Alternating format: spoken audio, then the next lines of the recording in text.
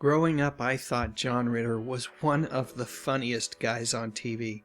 Even though the son of legendary Tex Ritter had been making guest appearances on shows like MASH and The Waltons for a while, it was on Three's Company where I really took notice of his innate talent to be funny, all while still seeming like a run-of-the-mill, everyday, normal, average Joe.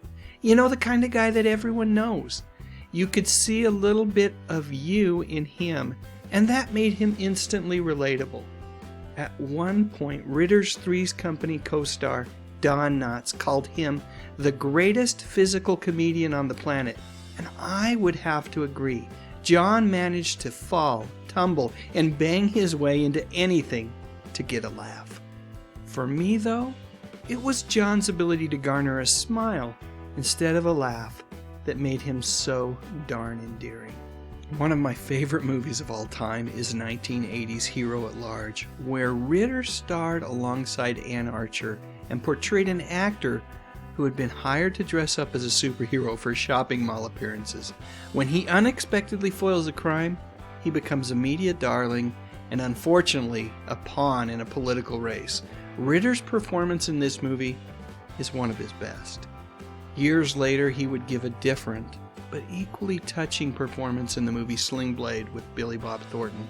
But that's a different movie that I'll just mention and then move on, since I really want to focus on Ritter's more mainstream comedic work. Wait, I said I was going to move on, but I've got to say one more thing. Yeah, Ritter should have gotten an Oscar for that role, and yet he wasn't even nominated. I have to think the Academy just couldn't get past his Three's Company days. Speaking of Three's Company, when that show finally ended, the adventures of Jack Tripper did not. Ritter took his character to a new sitcom that had him finding true love and attempting to settle down into a somewhat normal life. Unfortunately, Jack's new father-in-law, well, he's not a big fan of those plans. Three's a Crowd was enough of a rating success that ABC was willing to renew the show for a second 13-episode season. However, when Ritter asked for a full season commitment, the network turned him down and canceled the show. In 1987, Ritter gave primetime television another try with the series Hooperman. This show had as much drama in it as comedy, and Ritter demonstrated his ability to rise far above what had been asked of him previously as an actor, and I loved it. So did the critics. Unfortunately, what really counts are how many people tune in each week to watch, and quite frankly, not that many other people did, causing ABC to cancel the show after just 2 seasons. Although Ritter continued to find work in motion pictures, his true love was short-form comedy, and because of that, he signed on to co-star with the lovely Markie Post in a comedy called Hearts Afire. Less drama this time, more comedy, and both critics and television audiences responded favorably. I'm not sure why this thing only ran 3 seasons. The obvious answer is that the ratings must have declined over time, but Ritter and Post had great chemistry. The writing on the program, which was at its heart a commentary on the good and bad of politics, well, it was pretty darn sharp. Anyway, this one felt like it could have ran longer. I've never understood the rationale behind so many of the network cancellation decisions.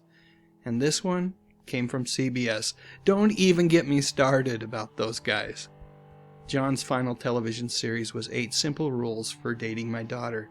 It was on the set of that series that he experienced chest pain that was initially misdiagnosed as a heart attack. What Ritter actually had was a tear in his aorta, and once the correct diagnosis was made, doctors rushed him in for emergency surgery, which he unfortunately did not survive. After John's death, a new set of life-saving reminders became known as the Ritter Rules. They were designed to recognize, treat, and prevent the dangers that come along with these large artery tears that can be so deadly. John once said something like, "I've never considered myself to be a TV star. I'm just the luckiest guy in the world." I would argue, in fact, that we are actually the lucky ones. For decades, we had the pleasure of inviting the warm and funny John Ritter into our homes on a weekly basis. And in him, we saw ourselves, albeit a much funnier version of us. And in the end, he made us feel better about the world in which we live. And for that, I will forever be grateful. Alright, that's it. So what was your favorite John Ritter TV show or movie? Let me know in the comments section. And while you're at it, if you enjoyed this video, I'd love a thumbs up. And I would also be honored if you would consider subscribing to my channel. I talk about music, movies, and television, mostly from the 50s, 60s, 70s, and 80s. You know, the good stuff. But most importantly, and as always, thank you so much for watching.